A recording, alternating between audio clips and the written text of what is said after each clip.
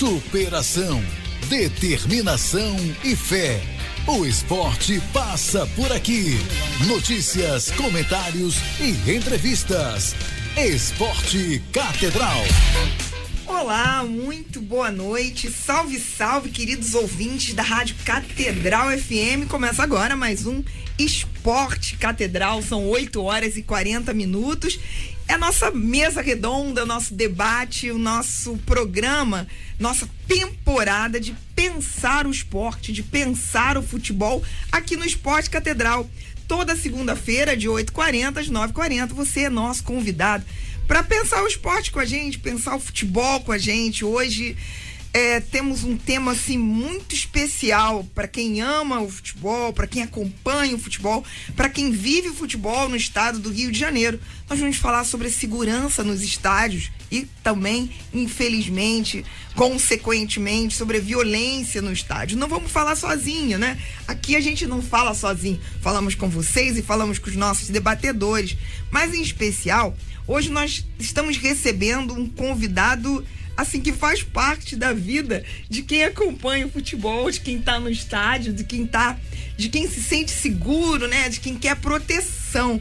Hoje a gente recebe no Esporte Catedral o comandante do Grupamento Especial de Policiamento em Estádios, o Major Silvio Luiz do GEP. Pra gente já é íntimo, né? A gente fala o GEP, cadê o GEP? Onde está o GEP?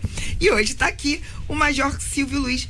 Major, muito boa noite, muito obrigado pela sua presença aqui no Esporte Catedral. Uma boa noite, eu que agradeço, é um grande prazer poder estar participando.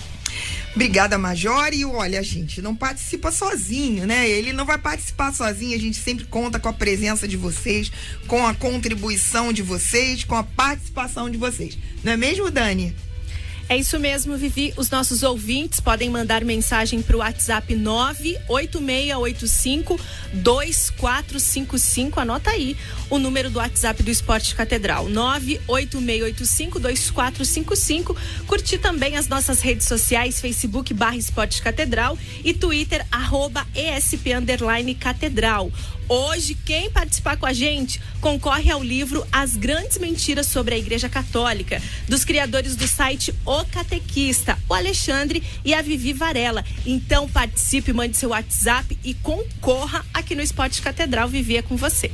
Vamos lá, vamos dar boa noite para o nosso operador na mesa, Silvio Júnior. Tudo bem, Silvio? Tudo bem, boa noite. E a cabeça tá inchada, Silvio? Pouquinho. Só um pouquinho, né? Ainda faltam 4 jogos. Boa noite, meu querido. Super prazer estar aqui com você. Quero saudar os meus amigos e companheiros da mesa. Boa noite de cada um deles. Muito boa noite, Edson Viana. Boa noite, Vivi, queridos colegas, aos convidados, pessoal que está ouvindo em casa. Boa noite a todos, ótima semana. João Oliveira. Boa noite, galera, boa noite, ouvintes, amigos da mesa. Um prazer receber aqui o GEP, representado pelo Major. A gente vai ter muita conversa aqui nessa 1 hora de programa no Esporte Catedral. E minha amiga Cris de Sá, que tá fazendo Periscope ao vivo, né? Essa interatividade é ótima aqui no nosso programa. Boa noite, Cris. Boa noite a todo mundo. Não tá aprendendo com os meus amiguinhos youtubers, né? Eles formam várias dicas, então a gente vai aprendendo. Estamos aqui com o Major, que vai falar com a gente. É um momento muito especial. A gente queria muito agradecer a sua presença, de dar esse espaço aqui pra gente conversar. Tem muita coisa. Já teve gente já mandando parabéns, viu? Aqui pelo Periscope, parabéns pelo trabalho. Foi o Jaci, que é o que me segue bastante aqui. Ele já entrou online, já tem umas 20 pessoas aqui acompanhando. Que ótimo. Então, vamos começar, né? Vamos começar a perguntar pro Major o que acontece na nossa sociedade, o que acontece no estádio, o que acontece no futebol, que provoca e que gera toda essa violência. Eu queria saber logo de cara se isso é um reflexo da violência social, se isso é consequência, uma transferência de tudo que de ruim na sociedade que a gente vive em relação, por exemplo, ao tráfico de drogas, a violência, sequestro, roubo, que parece ser transferido para dentro das nossas torcidas, para ao redor do nosso estádio. O que é isso? Como é que o GEP, como é que o senhor pensa isso? Bom, é muito importante primeiro a gente salientar que a grande parte, né, a grande maioria dos torcedores, eles vão pro estádio sim para fazer a festa, né? Isso é muito importante. A gente tem sim alguns problemas de violência, é claro, né? Mas eles são praticados por uma minoria e por muitas vezes essa minoria é reincidente. Então a gente percebe que aqueles torcedores brigões, na maioria das vezes, já tiveram passagens aí na polícia por roubo, por estelionato, por outros tipos de agressões que não no futebol. Então é uma triste realidade, sim, né? Mas a Polícia Militar, ela vem trabalhando nos estádios, buscando sempre, primeiramente, prevenir esse tipo de problema, né? Aí eu vou aproveitar a oportunidade para falar um pouquinho aí do trabalho que o JEP realiza. O JEP hoje, ele trabalha em cima de 3 pilares, que é o que eu costumo dizer. A gente busca muito a prevenção, né? A especialização da tropa e a integração com todos os outros órgãos que também compõem não só a segurança, mas todo aquele evento que é uma partida de futebol. Então, dependendo do jogo, por muitas vezes, o nosso trabalho começa 10 dias antes do jogo. A gente pode citar como exemplo aqui o Vasco e Flamengo em São Januário, que foi um grande desafio, tantos anos sem ter um jogo um clássico desse porte lá no estádio de São Januário. O próprio jogo do Vasco e Corinthians no ano passado, onde o Corinthians foi campeão lá em São Januário. Então são jogos que demandaram aí mais de uma semana de planejamento, 2, 3 reuniões com os órgãos de segurança, federação, com os clubes, metrô e guarda municipal. Então todos esses órgãos, eles trabalham em conjunto e cada um vem fazendo a sua parte para tentar melhorar cada vez mais e trazer a segurança para o estádio. Então eu gosto muito sempre de frisar. A gente tem uma segunda sessão, né, um serviço reservado que trabalha monitoramento das redes sociais, cuida de toda a parte de torcida organizada. Qualquer torcida organizada do Brasil que venha jogar aqui no Rio de Janeiro, a gente sabe quais são as suas alianças, quais são as torcidas aqui do Rio que são amigas, que são inimigas. Muitas vezes essa torcida de outro estado, ela vem pra cá, ela tem aliança com uma torcida daquele time, é inimiga de outra torcida do próprio time. Então a gente tem toda essa preocupação. Então eu costumo dizer que por muitas vezes o torcedor sai Zona Oeste, Baixada, para ir até o estádio, e ele não imagina que aquele local que ele passou, seja de trem, seja de ônibus, um conflito foi evitado. E a prevenção, ela não gera números, né? Então a gente acaba passando despercebido. A gente às vezes consegue evitar algum tipo de confronto com monitoramento, com alguma atitude preventiva, e o torcedor, ele vai para o estádio de trem ou de ônibus e retorna para casa, e aquele exato local onde ele passou, um conflito ali foi evitado, em que ele poderia acabar fazendo parte, né, como vítima desse conflito, e a gente consegue aí tá dando essa tranquilidade. É claro que são muitas torcidas, são muitos torcedores, e em determinados momentos eles buscam de qualquer forma e de encontro ao trabalho que a gente tenta fazer de prevenção. O JEP reúne as torcidas organizadas antes dos clássicos, todos eles vão à unidade, a gente conversa, a gente marca os pontos de concentração para que o JEP possa realizar a escolta. Todos os outros pontos, eles informam os locais onde seus grupos, suas famílias, canis, né, como eles chamam, vão se deslocar até o ponto de concentração principal. Como é que eles chamam? Canis mesmo? Cada Botafogo lá, Fúria é canil, outra é pelotão, outra é família, então cada um tem uma denominação diferente, né, para aqueles grupos que ficam na Zona Oeste, Zona Sul. E todos esses fazem um deslocamento para um ponto de concentração único, que é agendado com o JEP, para que a gente faça a escolta até o estádio. Então todos esses pontos são informados, a gente solicita aos batalhões da área que cubram esses locais para evitar algum tipo de problema, mas é lógico que por muitas vezes, né, alguns grupos ainda tentam burlar esses pontos, tentam sair de outros locais, marcar outros locais de encontro, e a gente tenta, dentro do possível, fazer esse monitoramento para evitar esse tipo de conflito. Mas o JEP tem, né, essa reunião com os líderes das organizadas, conversa com eles, ainda assim os conflitos acontecem, não tem como identificar, são sempre os mesmos torcedores que fazem isso, que criam tumulto. O JEP não tem como identificar, não existe uma possibilidade de excluir esse torcedor, que o JEP com certeza sabe quem são, na minha opinião, tá? Identificando eles e excluindo esses torcedores do estádio ou desses grupos ou das reuniões? Na verdade, sim, nós temos catalogados lá todos os torcedores que já se envolveram em algum tipo de confusão e muitas das vezes mais de uma confusão, né? Mas eles retornam, exatamente, né? A gente verifica até algumas penas ali de afastamento do estádio por 6 meses, mas efetivamente o resultado acaba não sendo esperado. A justiça determina que ele compareça a um determinado local e que não vá ao jogo, mas acaba que esse torcedor vai ao jogo e essa fiscalização ela acaba não ocorrendo. Então a Polícia Militar ela vem fazendo um trabalho, só esse ano, de janeiro até agora, o mês de novembro, nós tivemos mais de 300 prisões, né, de 300 conduzidos em confusões para o juizado do torcedor, e isso contando que nós tivemos 36 jogos fora do Rio de Janeiro esse ano. Então, basicamente foi um campeonato brasileiro inteiro fora do Rio de Janeiro. E os maiores jogos, os jogos mais polêmicos, os jogos de maior rivalidade, eles aconteceram fora do Rio. Desde o Campeonato Carioca, nós tivemos aí vários clássicos fora do Rio e outros grandes jogos fora do Rio. E mesmo assim, com jogos menores aqui, com poucos clássicos, foram mais de 300 conduzidos ao GCRIM, né, que hoje é o juizado do torcedor, que faz parte desse modelo nosso de integração, JEP, Juizado do Torcedor, Ministério Público. Todas as torcidas, elas têm um termo de ajuste de conduta assinado com o Ministério Público, onde ali estão sinalizados os seus direitos e deveres, e é em cima desse termo de ajustamento de conduta que a gente aplica as punições, solicita ao Ministério Público, e o Juizado do Torcedor e o Ministério Público tem tido um papel muito importante para essa diminuição da violência, como é o caso aí de algumas torcidas que durante um período tiveram um afastamento completo do estádio, não só da sua bandeira, faixa, camiseta, mas sim dos seus membros também.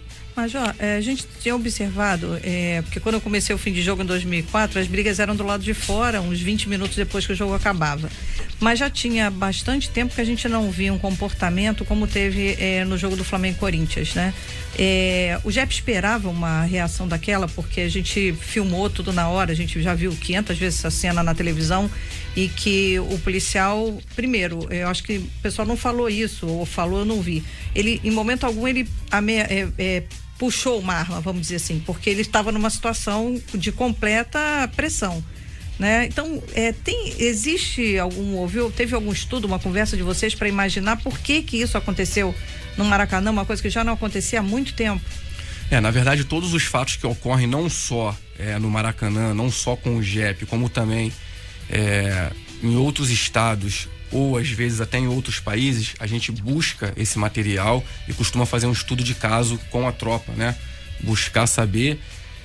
Geralmente a gente busca aprender com os erros que ocorrem fora do Rio de Janeiro, mas lógico, também devemos aprender com os problemas que ocorrem aqui, mais ainda, né? Até por vivenciar literalmente.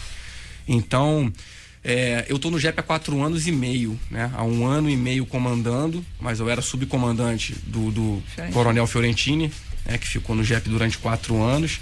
Então eu já estou no JEP aí há 4 anos e meio, e o comportamento da torcida visitante para com o JEP sempre foi respeitoso, porque a gente também respeita as torcidas organizadas. A gente conversa, a gente procura o diálogo. Então o Corinthians, nesses 4 anos e meio, ele nunca tomou nenhuma atitude inesperada, né? Como aconteceu naquele jogo contra o Flamengo. Até porque o policiamento que foi agredido é o mesmo policial que veio desde Barra do Piraí fazendo a escolta para que justamente eles não sofressem nenhum tipo de emboscada ou de retaliação por parte de alguma torcida local, né? Então, o policiamento, a gente mantém um contato prévio com todas as torcidas organizadas que vêm ao Rio de Janeiro, trocamos e-mails, liberamos os materiais, determinado um ponto de encontro, recepcionamos todos os ônibus, nesse caso do Corinthians foram 15, todos os ônibus são revistados, os integrantes revistados, colocados no ônibus, e a gente vem para o estádio.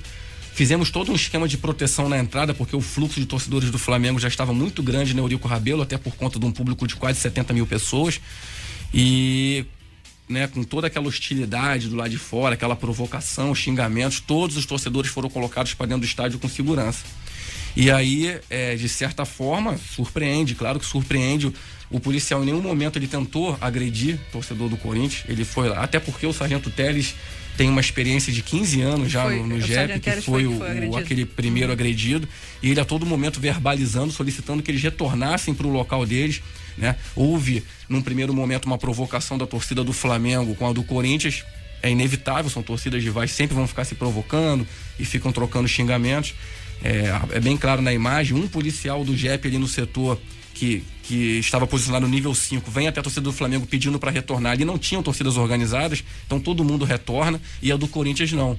Foi pedido para retornar, pedido para voltar, eles foram juntando um grupo no intuito de tentar a todo momento acessar o outro lado da arquibancada.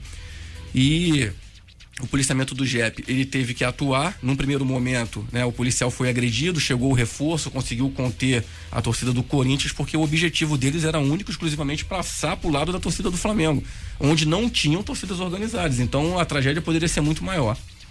Major, eu acho que o pessoal que está dando parabéns aí, eu quero estender esse parabéns, porque a função da polícia é policiar. E você vem aqui prestar esclarecimentos e trazer pra gente uma exposição do trabalho de vocês, o que é bastante louvável. E querendo emendar na colocação que fez a Vivi, na pergunta específica da Cris em relação ao jogo do Corinthians, o que aconteceu no jogo do Corinthians me parece que independia da carga de torcedores que havia no estádio. Ali com 50, 70, 100 mil pessoas, aqueles grupos de torcedores do Corinthians ia ter aquele comportamento, ia proceder daquela maneira, fora do controle, fora do mapeamento que vocês estão acostumados a fazer. A minha pergunta aproveitando que você vem aqui prestar esclarecimentos, você tem uma experiência, tem uma vivência, observa isso, como é que, do seu ponto de vista, você explica, falando especificamente, você explicou muito bem da prevenção, do que acontece fora do estádio, dos pontos-chave. Agora, falando dentro do estádio, mais especificamente dentro do Maracanã, como é que você explica para um torcedor que tem uma história de vivenciar o Maracanã, alguns de 30, 40, 50 anos, e mesmo para aquele que tem 10, 15 anos, mas que foi, sei lá, em 2009, viu uma final com o Maracanã cheio, como é que você explica que o estádio tenha que encolher? Que a gente tenha que ter menos torcedores dentro do estádio e tem que ter as reservas de áreas, de espaço livre. Tecnicamente, qual é o ponto de vista do JEP? Qual é o encaminhamento, a orientação que ele dá nesse sentido?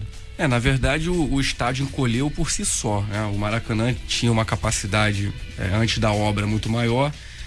Adotou um outro modelo de estádio, um padrão europeu, né, em que o estádio se aproximou mais do campo, mas em contrapartida, todo encadeirado, você com o estatuto do torcedor que determina as cadeiras numeradas e Perfeito. Tudo mais. Perfeito, isso dá um conforto a mais para o torcedor e gera um outro modelo de estádio que a gente vem discutindo aqui ao longo dos tempos. Ainda assim, como se explica que nesse modelo, que teoricamente seria um modelo mais confortável para o consumidor, você tenha que ter reserva, destinação de espaços às vezes maiores, espaços livres, vagos, vazios, sem ocupação de torcida? Por que o estádio, no final, ele precisa ter uma carga de ingressos vendidos menor do que a capacidade? Quem determina a carga de ingressos é o clube, né? No jogo do Flamengo e Corinthians, toda a carga de ingressos foi colocada à venda. Toda a carga de ingressos. Como é do ponto de vista do JEP a orientação, a indicação ou a mesma análise de vocês em relação a essa... O JEP, para a operação do grupamento especial, faz diferença o estádio ter menos ingressos vendidos em relação à capacidade? Isso faz diferença? De certa forma faz diferença, né? Porque você passa a ter uma margem de segurança, você consegue fazer um isolamento, afastar mais uma torcida da grade, até porque o Maracanã, após a reforma, ele foi um estádio configurado para ter um público de Copa do Mundo, de Olimpíada, né? Sem barreiras, todo mundo sentando no seu lugar marcado. Só que não é a realidade aqui. Aqui nós temos as torcidas organizadas, nós temos o torcedor que gosta de assistir o jogo em pé, aglomerado. Então, com aquela colocação das barreiras na arquibancada, a gente, lógico, quando a carga é diminuída, a gente consegue fazer um isolamento maior. Mas o seu trabalho não é propositivo nesse sentido. O JEP não propõe essa divisão em nenhum momento, não propõe essa redução em nenhum momento. A redução da carga, não. Claro que existe alguns casos específicos, né? Aí a gente pode entrar no caso do jogo do Flamengo e Botafogo, porque o setor sul não estava todo ocupado, né? Aí a gente entra numa questão de que cada jogo é uma configuração diferente, não existe uma receita de bolo, né? Existe uma avaliação de risco para que a gente possa trazer o máximo de segurança para o torcedor, que eu acho que é o objetivo maior. Não adianta ter um estádio cheio e a gente ter... E o que aconteceu especificamente então nesse jogo, para ilustrar pra gente? o Maracanã não foi projetado para ter jogo 90-10, né? A gente pode citar como exemplo aqui o estádio lá que o Botafogo configurou como Arena Botafogo. Ele foi projetado especificamente para 90-10. Não há como fazer um jogo ali com meio a meio, né? Nós temos a rua Gustavo Augusto de Rezende, que ela é uma rua onde só tem a entrada do setor visitante, que ocupa aqueles 10% da arquibancada. São Januário, nós temos ali a rua São Januário, onde entra a torcida visitante, que também ocupa aquela área destinada à torcida visitante. O caso do Maracanã, ele não foi projetado para ser 90-10, né? E, pelo menos nesse período que eu estou no JEP, é o primeiro clássico 90-10 que acontece no Maracanã. E não há possibilidade de, na rua Eurico Rabelo, com as entradas B e C tão próximas uma da outra, num clássico regional, né, a gente colocar as duas torcidas para estarem entrando ali lado a lado.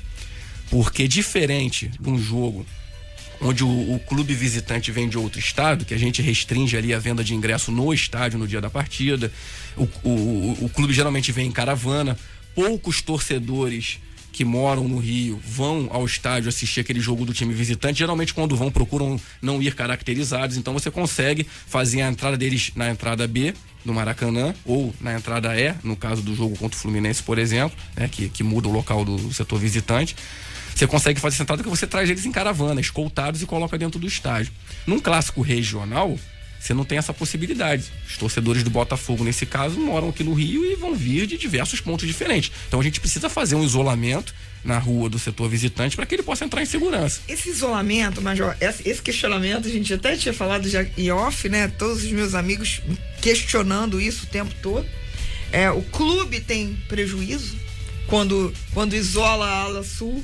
O clube tem prejuízo, a torcida tem prejuízo, porque são menos vozes, né?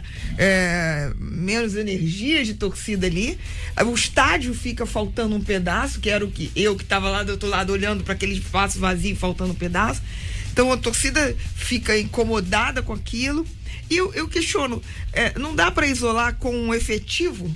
Com policiais na rua, com policiais, voltando lá pro jogo do Corinthians, não poderia ter ali naquele momento, não só o Teles, o sargento, né, já tão íntimo de tantos anos nos protegendo, não só ele, mas uma quantidade de policiais ali o suficiente para isso. Da mesma maneira, uma quantidade de policiais o suficiente para proteger, tem que isolar uma arquibancada. Bom, primeiro foi uma opção do Flamengo manter o setor C fechado, porque ele poderia ter feito a venda do restante do setor para a torcida do Botafogo. Então, quando se fala em prejuízo, foi uma opção do clube não vender aqueles ingressos, porque o setor sul poderia estar todo liberado para a torcida do Botafogo. Perfeito, mas havia uma recomendação nesse sentido, de que aquele setor só poderia ser vendido para o Botafogo. Para o Botafogo. E quem dá essa recomendação? Essa recomendação foi dada pelo JEP. Ok. Por conta de todo esse problema da entrada e da estrutura do estádio, que não tem essa configuração para ter um jogo 90-10. Então você não tem como dar uma segurança. E é importante a gente lembrar aqui que muito se fala do cordão da polícia, de aumentar o número de efetivo policial, mas é muito importante lembrar que a responsabilidade pela segurança é do mandante. O próprio Estatuto do Torcedor diz isso. Então, quem tem que ter a maior preocupação com a segurança é o clube mandante, aumentar o número de seguranças privados, colocar uma linha de seguranças privados ali para colocar no estádio, até porque a demanda da polícia militar, muitas vezes no dia do jogo, não é só o jogo, né? Então fica complicado você demandar todo um efetivo, né, para trabalhar no jogo, quando a gente tem aí praia, show e vários eventos ocorrendo ao mesmo tempo. Então é uma preocupação nossa, sim, que o clube ele tem, até porque é um evento privado, né? O clube ofere lucro com esse evento e, em contrapartida, ele tem que também contratar. Não estou dizendo que não tinha o número necessário de segurança privados, não é isso. Mas é porque em muito se fala. Mas, ó, eu posso dizer, eu achei que tinha, nesse caso específico de Flamengo e Corinthians, não sei se tinha pouco, mas tinha menos do que a gente que vai ao Maracanã todos os jogos, não só do Flamengo, enfim, acompanhando todos os clubes do Rio, a impressão que tinha era de menos segurança privada em relação aos jogos anteriores da Rio 2016. Eu gostaria de continuar nesse assunto do Flamengo e Corinthians. Após o jogo, teve aquele procedimento de identificação, de condução das pessoas envolvidas naqueles atos, e a gente debate muito imprensa aqui também, e como a imprensa é barrista no Rio, é barrista em Minas, é barrista em São Paulo, e como vocês levaram pancada, especialmente da imprensa de São Paulo, sobre aquele procedimento, dizendo que... Do clube, né? O Corinthians. Do clube, exatamente. E defendendo pessoas que estavam ali supostamente inocentes, mas esquecendo, né, de pessoas que estavam ali efetivamente com imagem, com tudo, culpadas. Primeiramente, como o JEP recebeu essa pressão externa, como vocês lidaram com isso, e se há algum tipo de diálogo com polícia militar de outros estados, porque todo esse tratamento que a gente você descreveu aqui, a gente acompanha também da chegada de torcidas de outros estados aqui no Rio, não necessariamente acontece quando, e aí nem peço para você entrar nessa seara, mas a gente que tem amigos que viajam sabe que o negócio é diferente.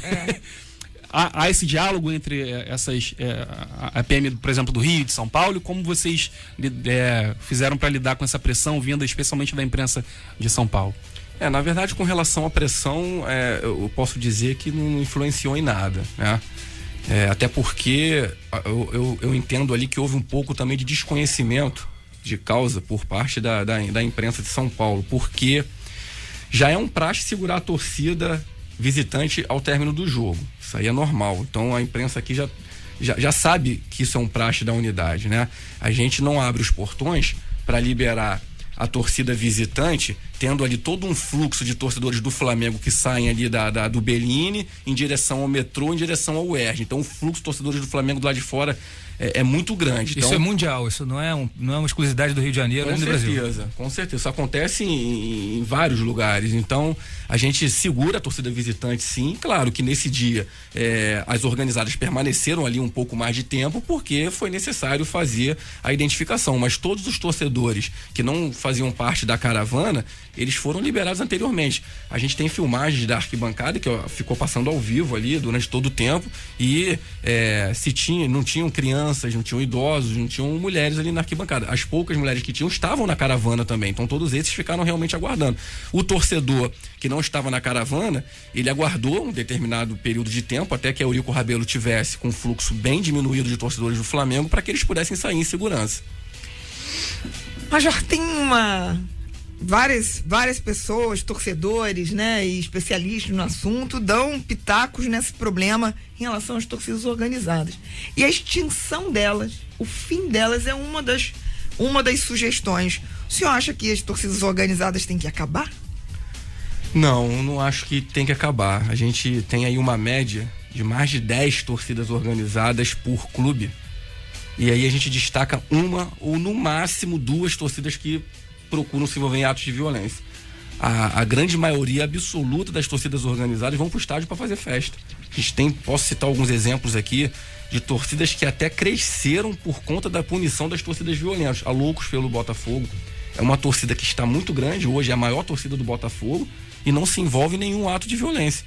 Tá sempre nas arquibancadas com suas faixas, bandeiras, instrumentos de percussão liberados, passa o jogo todo cantando.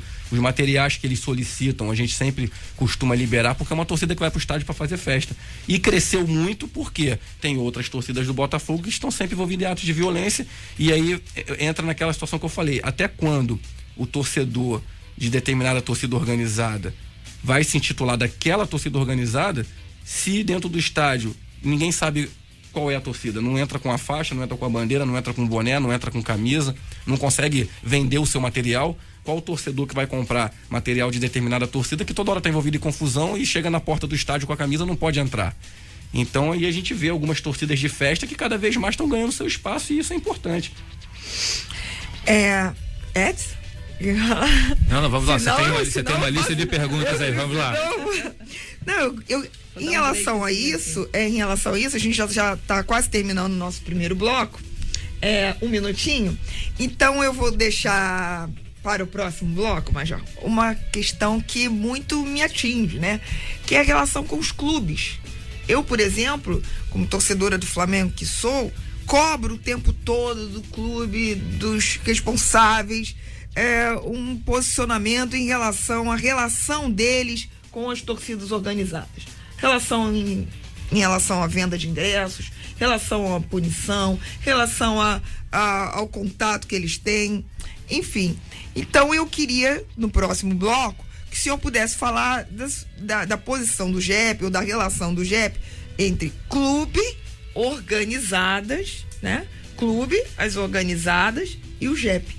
Então a gente quer debater isso, assim, até para que eu cobre certo dos meus e os torcedores de outros clubes também possam cobrar dos seus dirigentes isso, né? Esse relacionamento e esse tratamento. Então vamos lá?